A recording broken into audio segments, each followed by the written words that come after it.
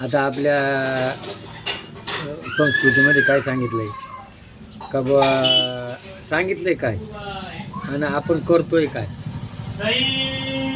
तर एक माणसानं, मराठी माणसानं एक मुसलमान माणसाची काय केली, शेती वाट्याला केली होती.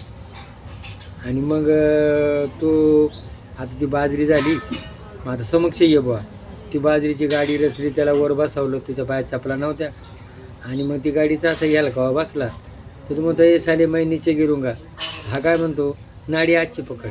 तर यानं ते नाडी धरावं ना, तर यानं काय विजारीची नाडी धरली आणि खाली पडला. त्याच्या लागलं गुडघ्याच्या, साले मैं को इतना लगा उतना लगा, मैं तो को बोला तर नाडी पकडू, हे बघ मी अभी तक पकडी. म्हणजे सांगितलं काय ना आपण करतोय काय.